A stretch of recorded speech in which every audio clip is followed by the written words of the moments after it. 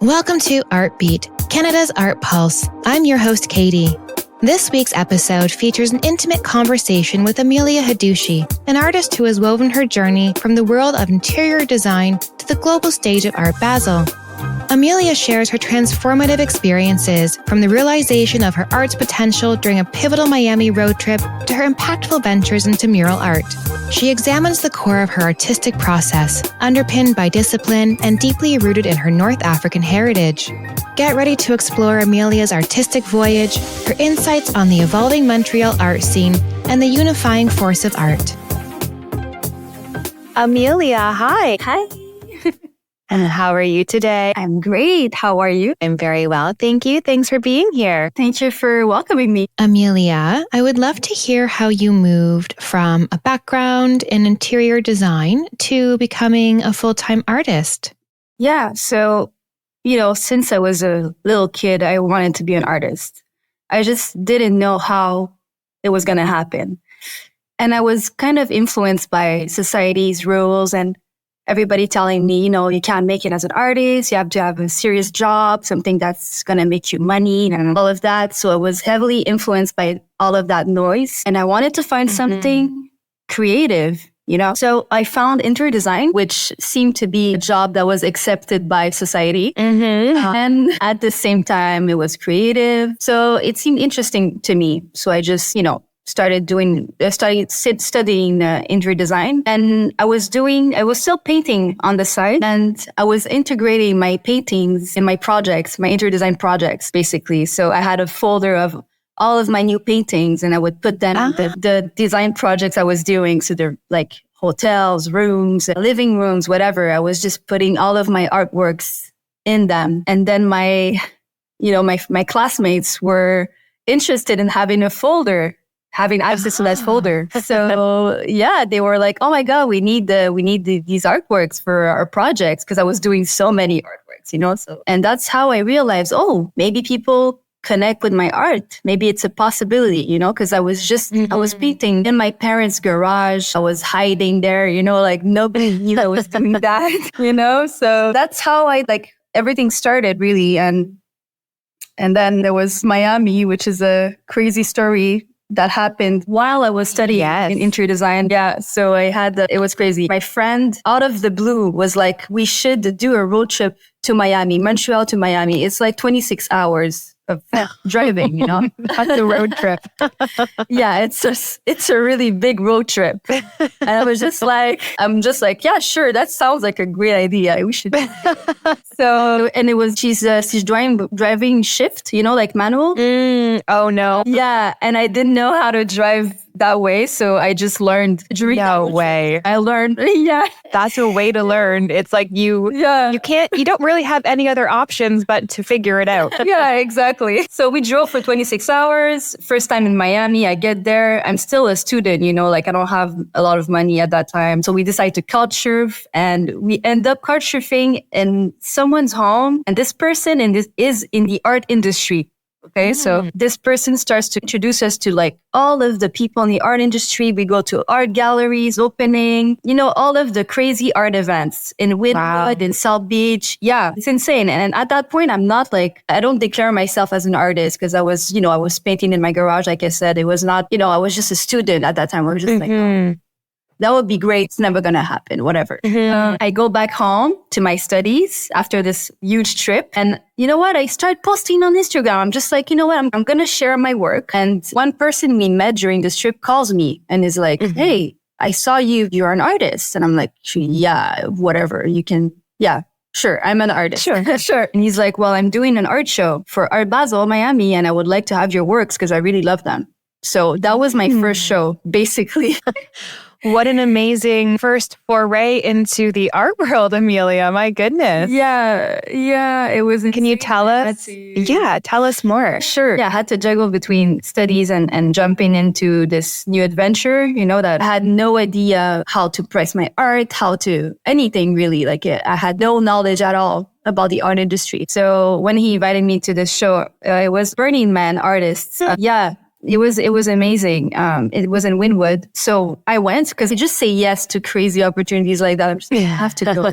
And Art Basel, like this show was pretty much my school. I learned everything about the art world and I met a lot of people, a lot of artists that would living really well there, you know, because everybody was back home was saying, oh, you can't make it as an artist. It's really hard, this and that. Not saying it's not hard, but it's not impossible to have a good career and make a great living out of it. And I saw that with my own eyes because I was surrounded by accomplished artists. So it changed my perspective and it opened up possibilities for me. What were the outcomes from showing at Art Basel? The outcomes really were, on paper, it looked really good first because it's a huge show. And also the contacts I made there, art collectors, fellow artists, people who, you know, curators. So that was, it was just insane in terms of results on the long term, you know. So after participating in major show like Art Basel, how did that change your approach to showcasing your work? After doing show during Art Basel, which is really huge, obviously lots of people, and it was my first exhibition ever, so the bar was really high. It became like it's an adrenaline rush, you know, you're like, oh my God, I just lived that. It's crazy. I want to do it again. But obviously it's not something that, you know, happens often. Like it doesn't happen often. Like we don't get invited to use shows like that every month. So I realized I had to work a lot to get another show like that. So I started really marketing myself and creating a business, really like just putting myself out there more, showing my art in all the ways I could. Traveling a lot. I was investing a lot in back and forth to the US to develop contacts there, to you know, keep relationships with the people I met. I thought it was really important to do that. So that was my main investment. I was really traveling a lot. I was barely at home, honestly. Like every 2 months I would go. As soon as I had a little money, I would just buy a plane ticket and go.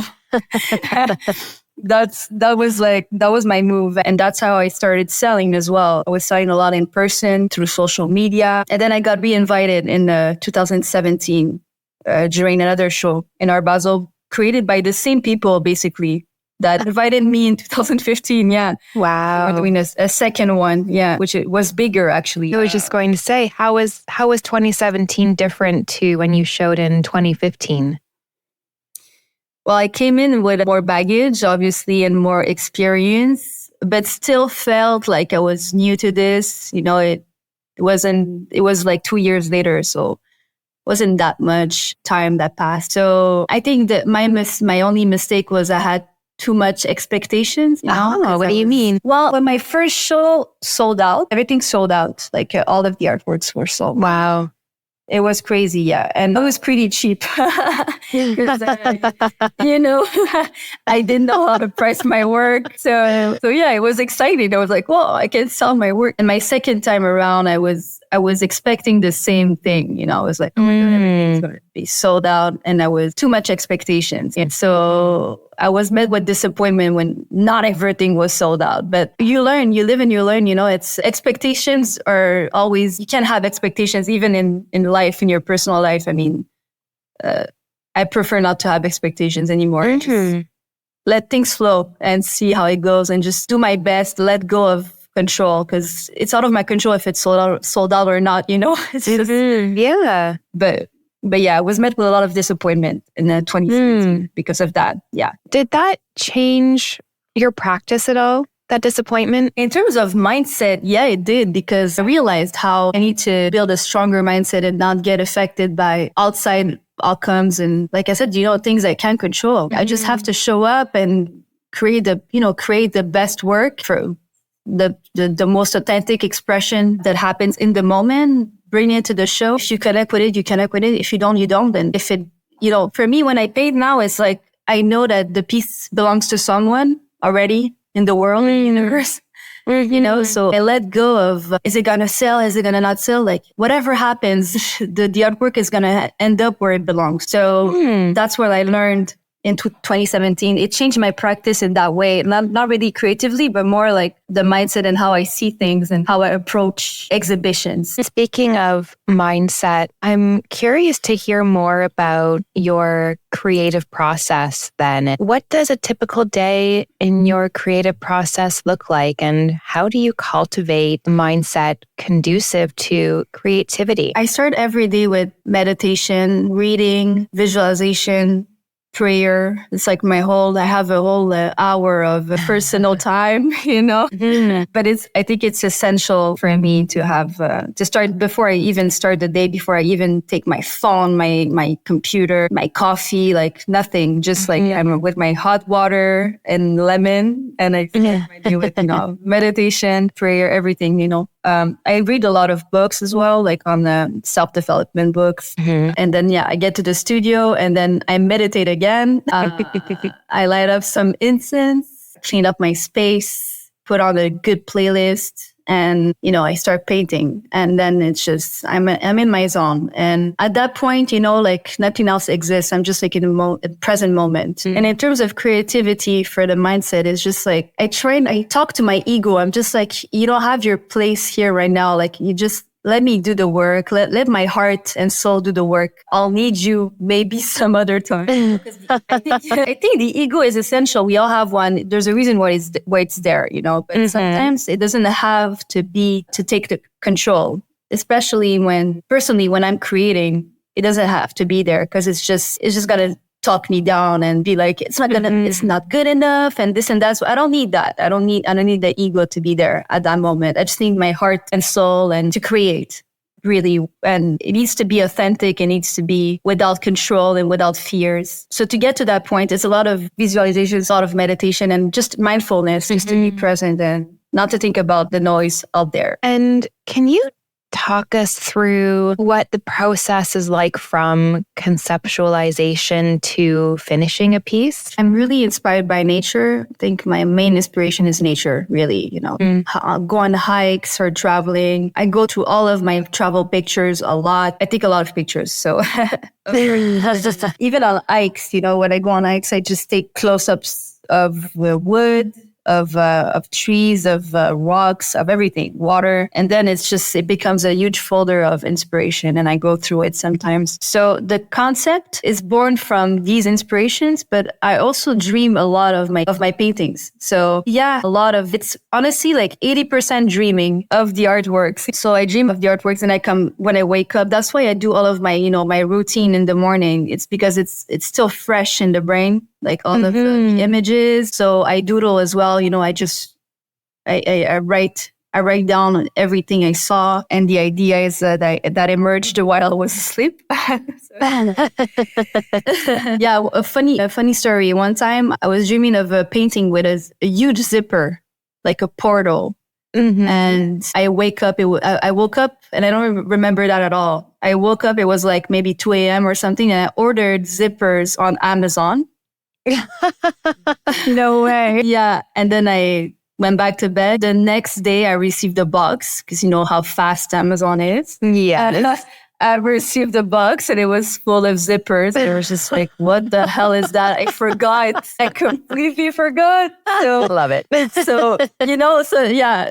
this type of thing. And then I was like, okay, that's weird. And I check on because I have a notebook next to my bed as well. Sometimes I write down while I'm like half asleep. When I wake up from a dream, I just write it down because it's still fresh. And sometimes you forget the dreams if you wait until morning, So it's good to like write it down like now.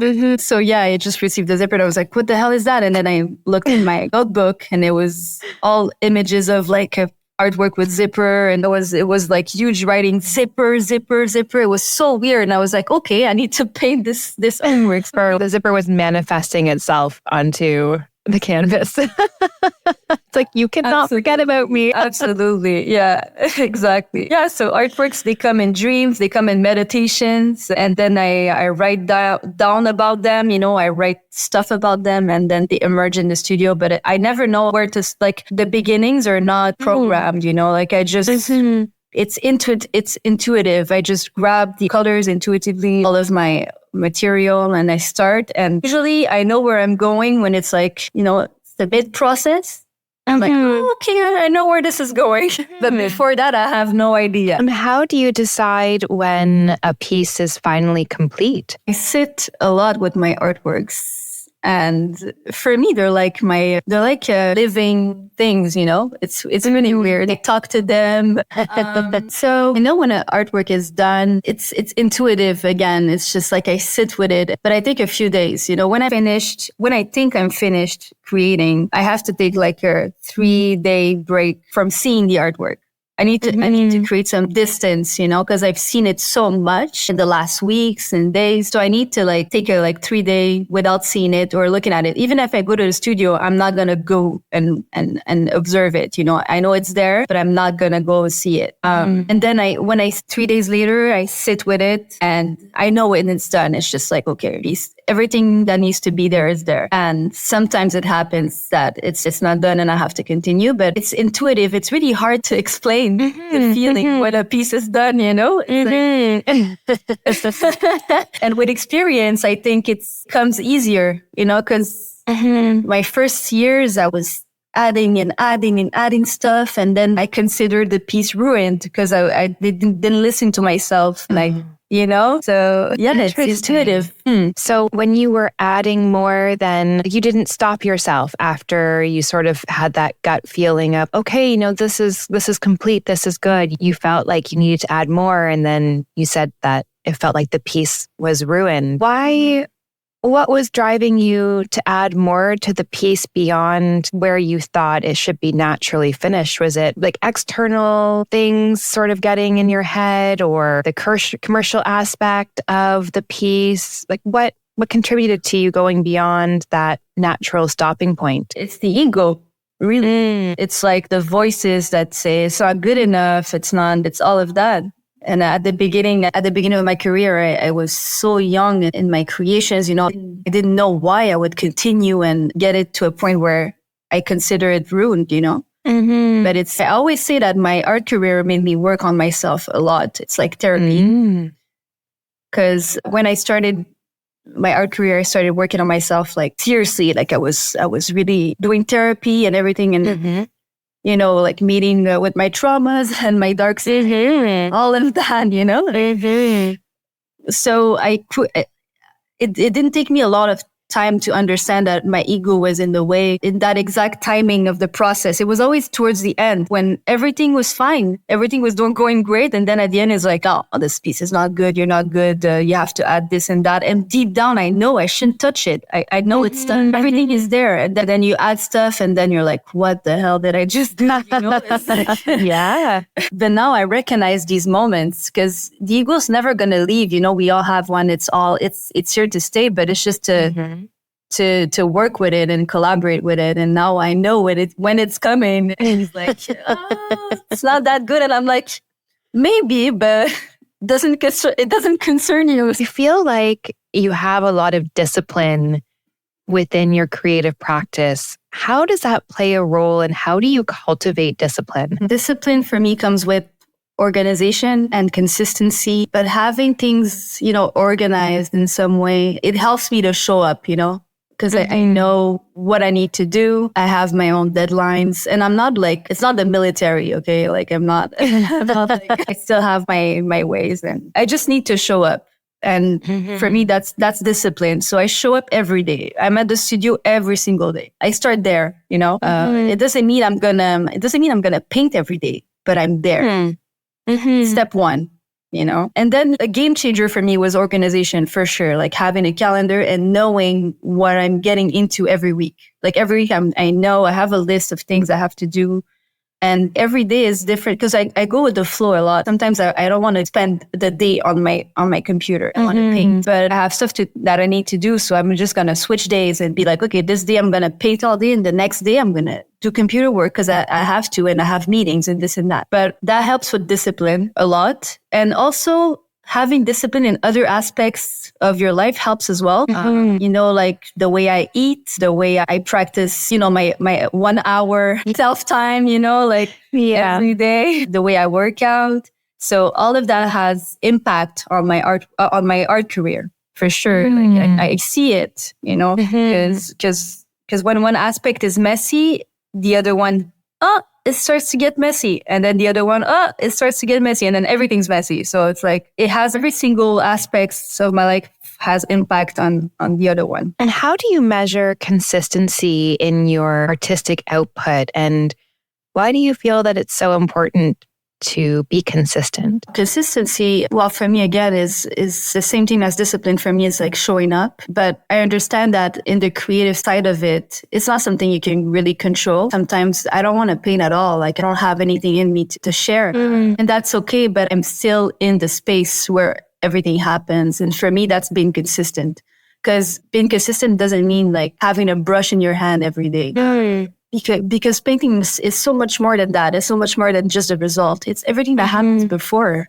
It's like, doing a hike is part of the creative process. So it's, sitting down in the studio and meditating is part of the process as well. Visualization, all of that, they're part of the process. So if all of this happens, for me, I'm being consistent, Even reorganizing my my paint, my material, all of that, even that for me is being consistent. But then where consistency for me is essential in another way, different way, is on social media.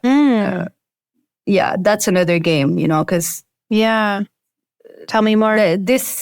Sure. This, I feel like you need to show up for real. Like you need to post. And I'm talking personally, of course, everybody has their ways. But for me, I need to post at least 2 times a week. I have in my week, I have the content creation day. So I have a list of content creation I have to do, whether it be pictures or videos, all of that. I have to take care of that, So it helps my consistency when I'm organized in my content creation, because I don't show up on the day of and be like, I don't have anything to post. Like this never happens. I always have something to post because I have a huge folder of content, but because a lot of time the artists that I speak with, it's always that's the number one excuse is I don't have content, but it's due to organization, because when you're organized and you have a day in the week where you take pictures and videos and then you put them in a folder, you always have content, So it's in that way, consistency is literally like essential. So I'd like to shift focus for a moment, because as I understand, this next year for you is going to look a bit different than what you've been doing so far. What can you tell us about what 2024 will bring for you? The last year, I was in my art residency in Portugal. I stayed there for almost 2 months, and it was with the Art Council of Canada. We were like 15 Canadian artists there, and my project was to create a mural, which was my very first professional mural, because I've done some in the past, but nothing of that scale, So it was my first mural project, and it became an addiction pretty much. Because now that's like, I want to do so much murals, I just love it. I just really love it. So I was supposed to do 1, and I ended up doing 2 murals in Portugal. Wow. And the last one, I finished it like the day before I was going back home, because it was really tight in the schedule. But yeah, so this residency really opened possibilities in the mural world, So when I came back to Montreal, I was like, okay, I need to focus on this aspect of my career because I really want to develop it, really. So I came back home, and then I did a mural in Montreal. And then now I'm in discussions to do more this year. I can't talk a lot about it, but I can say that one of the projects is with a really known Montreal-based muralist. He has done a lot of projects in Montreal. He's really known here, and he's going to be my mentor, and we're going to do a collaboration on a wall together, which is a beautiful project. I'm really excited. That's amazing.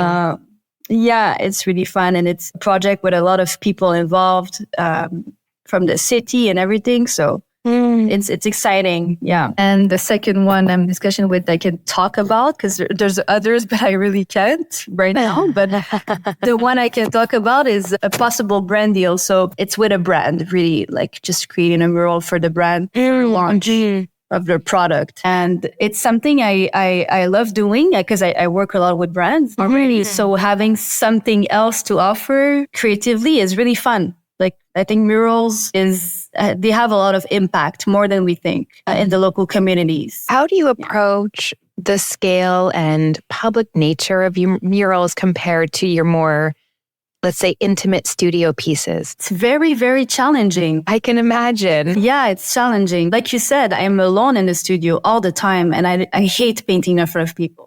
Even my family, my boyfriend, my friends, they know it. Like if I'm painting, no one comes to the studio. I don't like it. I need to be alone, The murals, you're in the street, everybody's walking by you. Yeah. And it's again, it makes you work on your ego a lot, and it challenges you because not everybody's going to get what you're doing, So that's what I like as well. I like to be challenged a lot. I like it. I cry a lot as well, like crying is a very healthy release, Amelia. I'm sure it helps. It helps me a lot. But in Portugal, I cried because I was in my zone. I was painting, and this old man came and was like, just started shouting, like, what the hell are you doing? It's no. Yeah. He was really like shocked and confused of the mural, And it was the first time ever that I've received something like that in person. Cause, you get these comments on social media and whatever, but in person, it's really rough. And I instantly started crying, and I consider myself like I have, I'm a strong woman. I talk back a lot, but now I was just like, what the hell is happening? Like I immediately cried, and my Portuguese friend, became did the mediation, was just like, okay, what happened? And then translated, and it ended well, the exchange ended well, and I learned a lot. I just learned that, not everybody's going to get it, and it's fine. And now I talk about this exchange, and I'm happy it happened, because this is what it's about. Public art is about connecting with the local community of all ages, all kinds of people, of all, whatever their knowledge of the art industry is.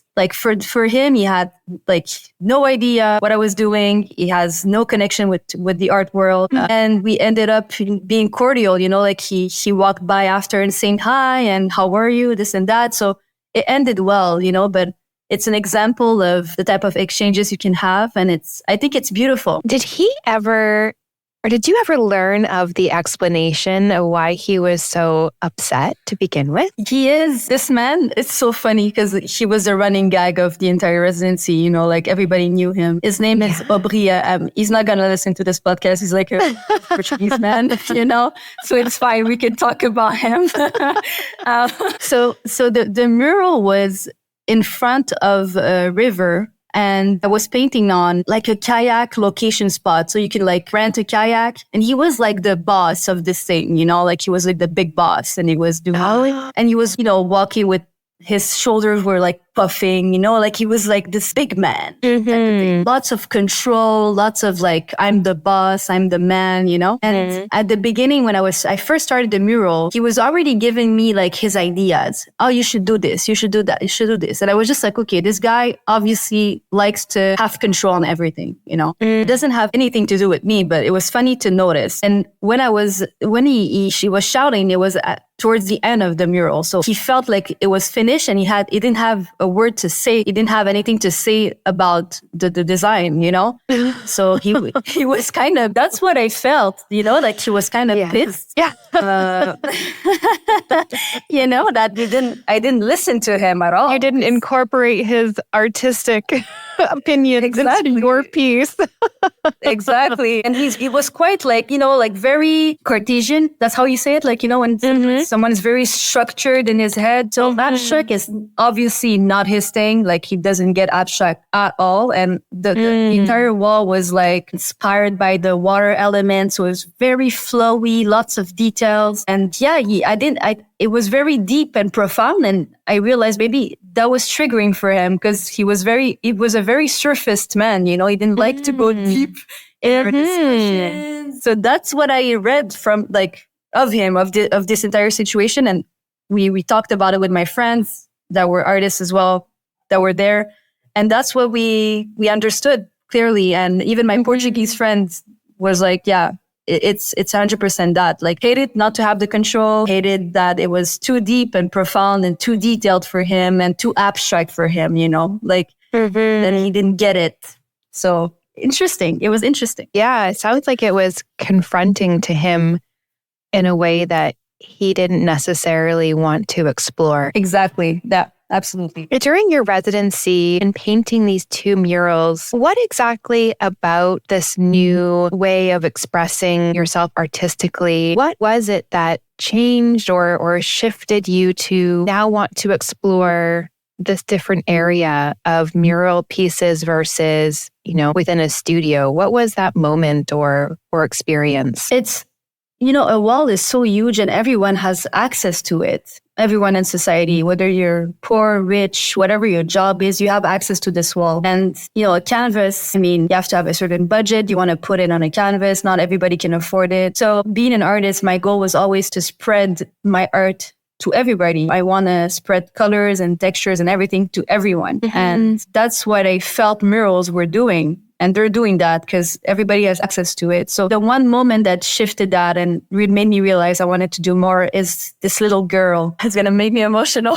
But this little girl with her grandfather came to the second mural I was doing. And she was amazed by the colors. And she was young, I think like maybe 6, 7 years old. She was so amazed by the colors. She was like telling her granddad, "Oh my God, it's crazy. I love it." And then he tells me that she loves creating, she draws a lot and she wants to start painting. And we have this huge discussion and I'm like, you know what? Come back tomorrow. I have something for her. And I had a huge bag of material that I didn't use at all while I was there. Yeah. So he came back with his granddaughter and I gave her the bag and she was so happy. It made me like instantly, like I had water in my eyes, And only this exchange was insane. And he said, we live right next to this mural. So she'll come back. She told me she wants to come back every week, because it's an inspiring place for her. She's going to paint in front of it. Only, you know what I mean? Like only that you realize the impact it has on the local community. And obviously they don't have access to a canvas to have in the studio. Maybe they have access on it through Instagram.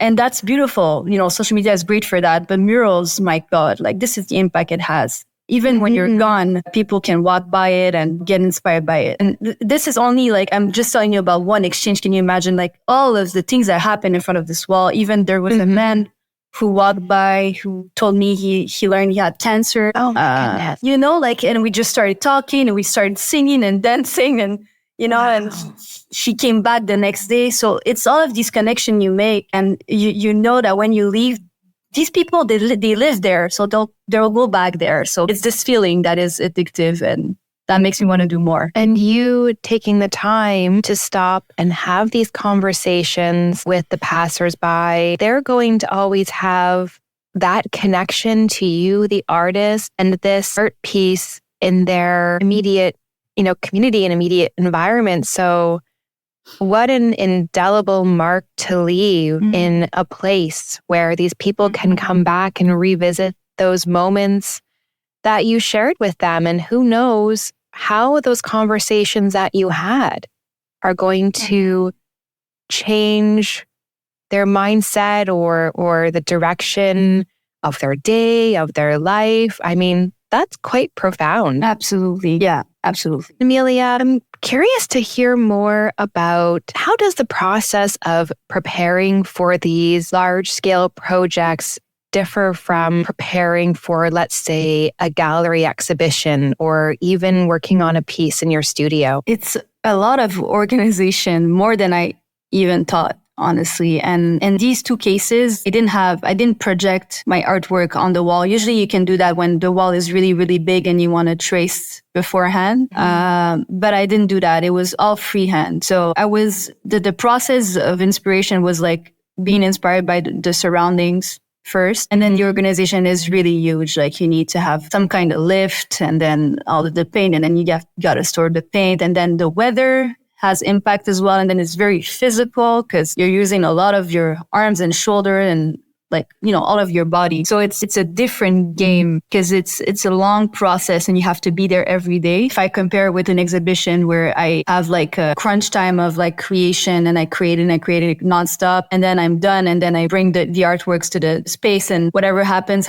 And like, but with a mural, the process is so tiring and so long and so like, there's a lot of things that can happen that are not in the plans as well. Mm-hmm. Like it can rain for 3 days straight and then you're like late 3 days late, it's or you can hurt like at some point my hands were hurting me, so I had to take some breaks and then talking about the heights, like I'm a bit scared of heights. It's kind of, even that is challenging. So it's a lot of challenges and I feel like it's a new career for me. It's like I'm a baby in this industry and that's exciting, but I know that I have to take it seriously because it can be really dangerous, like it's not, like the risks are very small in the studio, like in a mural, like doing a mural, the risks are endless. Like you really gotta be conscious and careful. And that's why I like to work with more experienced people and learn from them. Like, I want to learn everything that I have to learn quickly because I love it. And how do these upcoming murals reflect the evolution of your artistic journey?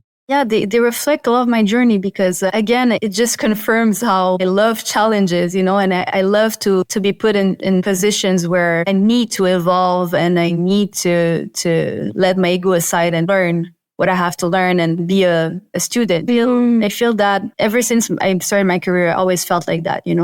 I never told myself like I know everything and I don't need to explore new things because I know a lot of people do that when they're a certain place in their career. They're like, you know what? I know everything. I don't need to do more. For me, it's the opposite, and the murals are a testament to that, really, because like maybe there's going to be something, another way of expressing myself that I'm going to learn in 2 years. I don't know. I'm open to it, It keeps it exciting as well. It doesn't get boring. Like it's challenging. It really is. And it's scary at times, but that's how I love living. That's how I am. So I'm open to it. Without giving too much away, what themes or concepts are you excited to explore this year? In 2020, I started this series that I named Origins, and it's inspired by my North African heritage. So it's mainly like an expression through symbols that are inspired by the indigenous dialects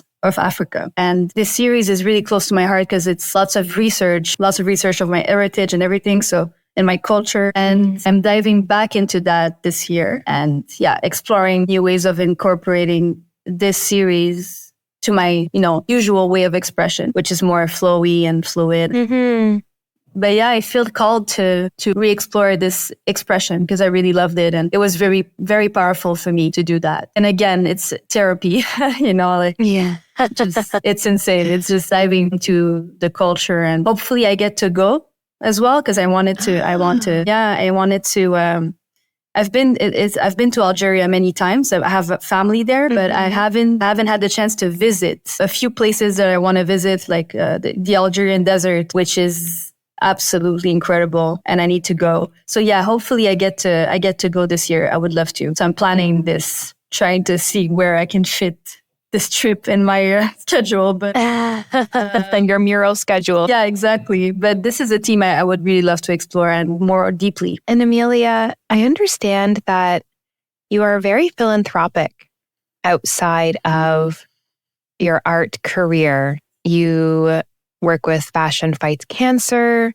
You're an ambassador for the Lise Wattier Foundation. Wondering, how do you balance your time and resources between your art practice and the philanthropic efforts? It is really essential for me to give back in all ways. If I can help, I will. But obviously, it's a lot of time. Being an ambassador for Lise Wattier is a lot of energy and a lot of time, but I really love it. But obviously, it's I need to incorporate it in my schedule and make time for it. I think it's essential. It's really important for me. It really is a gift to be able to help others through my passion. Because whether it's with auctions or even creative workshops, it's beautiful. And it's for sure, it is challenging to incorporate in the day. What do you find most rewarding about combining your passion for art with philanthropy? Well, feeling I have some kind of impact in someone's life, it's just, for example, when I did the Fashion Fight Cancer event, it was in Toronto, and I was doing a creative workshop with cancer patients that were really advanced in their sickness, if I can see that. And I'm very sensitive. Like I told you earlier, I cry a lot. Okay. So it's just like, oh my God. And I can't cry in front of them. It's just like, Right. it's just, it looks bad. So they see people crying in front of them all the time, like all of their families and everything. So they don't need that. I need to be like some kind of support and bring them another wave of color and something else. So they can think about something else. That was the mission. And when I sat down with them, and the workshop was it was a 2-day workshop. So it was so powerful because at the end of the day, they're like, at the end of the workshop, they come to me and they're like, oh my God, thank you so much. For the first time in my life, I didn't think about treatment. I didn't think about my sickness. I just had fun with colors. It was so fun to paint. I want to do it again, and that's the thing that made me cry, really. Like, it's these testimonies, they're just like, you realize the impact of 2 days on these people, and something that for me is so effortless because I really love it. It's not work for me to do that, just to give a workshop. So I'm like, ever since that day, I was like, okay, I need to do that more, because what is it for me just to show up with material and paint with people? If it can have this much impact on them, it's insane. Like, and even there was one of the participants had parents that were there, and they came to see me afterwards, and they said, thank you so much. And they were like really touched. And they said, like, honestly, it's been really hard, and seeing her so happy and doing that, oh my God, like I have no words with like the impact it has even on their close friends and their families. So yeah, it's motivating to do more. And like I said, like, I just love it so much. So it's a no-brainer. So Amelia, you worked with large brands such as Volvo and Daniel Wellington and Mercedes. How do you choose which brands to collaborate with, ensuring that they align with your artistic vision? I feel really grateful because these brands they contacted me. So usually when this happens, they assume they know what I do, and of creation. So it's the first thing I say when I have meetings with them. It's that I will not change my expression to fit a brand's vision. But I'm open to collaborate with what inspires me from the brand. So, but I won't. Yeah, I need to have almost carte blanche, especially because sometimes it's need to create a piece for them, but sometimes it's like creative content for social media. And when that happens, it's official that it's going to be in the art studio, or there's going to be artworks involved. Art is always involved in some way. Like, I'm not going to do a partnership if I'm not surrounded by art, or I don't have some kind of art on me,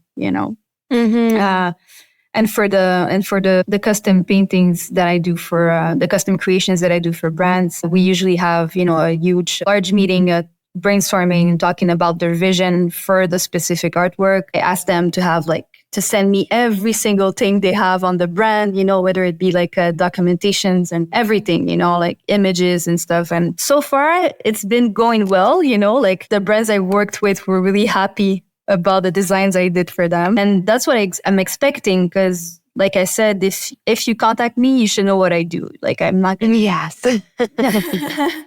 It's always going to be abstract, and I like to do collage. I'm going to have some collage images sometimes, but I'm not going to paint a portrait for you, It's not going to happen. And this is the first thing I say from the start.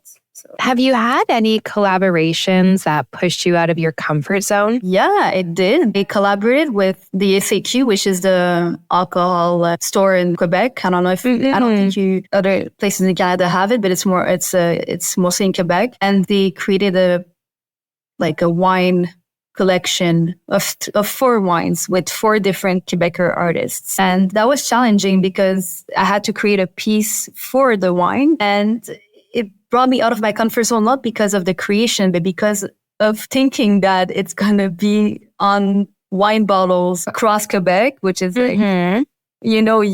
Yes. And it was going to be seen and consumed by so many people. But luckily for this collaboration, I had carte blanche, but it was a bit challenging, because you have so much pressure because they contacted you because they like what you do and it's fun. But then you're like, oh my God, I need to show up and do something they'll love because they're expecting to have a result they like because they contacted you for that. So in some way, it is challenging as well to have someone trust you that much. But it's exciting. And yeah, the brand needs to be able to feed material and things can get inspired, and about. So for this project, they sent me the wine. I had to taste it. And then it was a lot of research. But yeah, it was out of my comfort zone for sure, because it was one of the first biggest projects I had to do, actually. Amelia, I would like to talk now about your perspective on the Canadian art scene.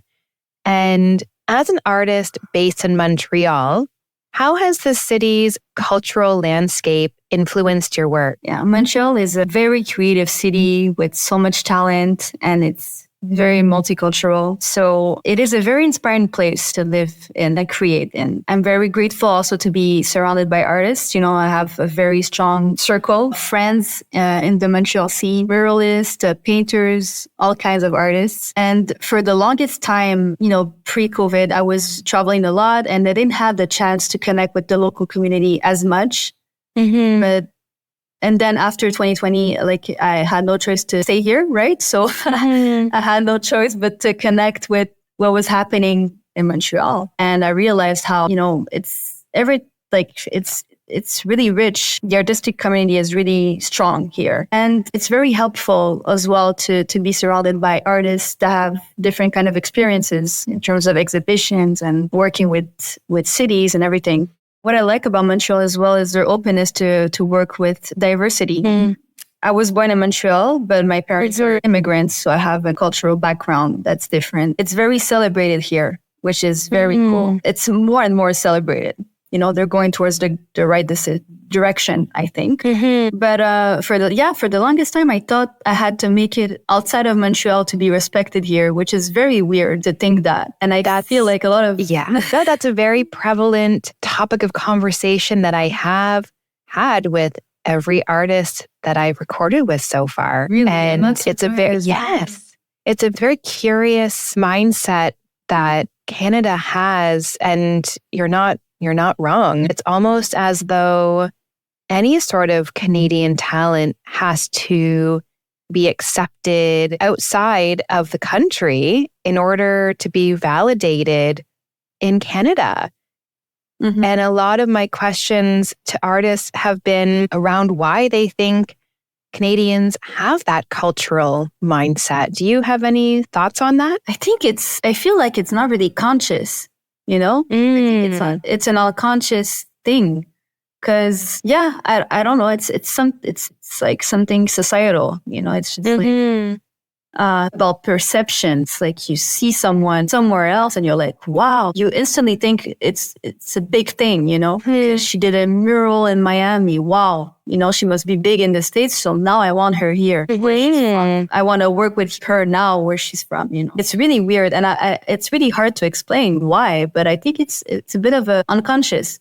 It's like working with people that really know you, like connections. Sometimes they don't see you as other people see you, It's kind of it's weird. It's really weird. And I don't know if there's a way to fight that, because intuitively, that's why to develop a network elsewhere before even working in my city, because I knew deep down that I was not going to be respected and accepted in my own city. And now that I've had some kind of experience somewhere else, now I'm interesting to my city. And I'm not saying everywhere, I'm not saying everybody is like that, but it's a common thing, and it's really hard to understand why. I don't know. Yeah. I think it's sad. It is unfortunate that our amazing talent in Canada has to go elsewhere first to be, like you said, respected back home. But I feel like it's across the board for Canadian fashion designers, artists, hockey players even. Entrepreneurs. entrepreneurs. Yeah, it's a very interesting cultural mindset that we have. It's almost like we don't trust ourselves to believe that something is good. Like I mentioned before, we need that external validation that, oh, okay, now we can see this person as talented because, somewhere else, someone else, another country did first. And so, okay, cool. Now we can claim that as our own. It's so true. That makes so much sense. And also the risk taking. I feel like Canadians are really safe. Very risk adverse. Yes. Yeah. Whether the States, it's kind of the opposite. They're more like, I feel like they're more like willing to give a chance to someone that's doing something different and funky. Yes. We've seen that. Cool. We've seen that in all across the spectrum in the US. Yeah, absolutely. Yeah, sometimes it's a bit intense, but what you said makes a lot of sense. And I feel that a lot in Quebec.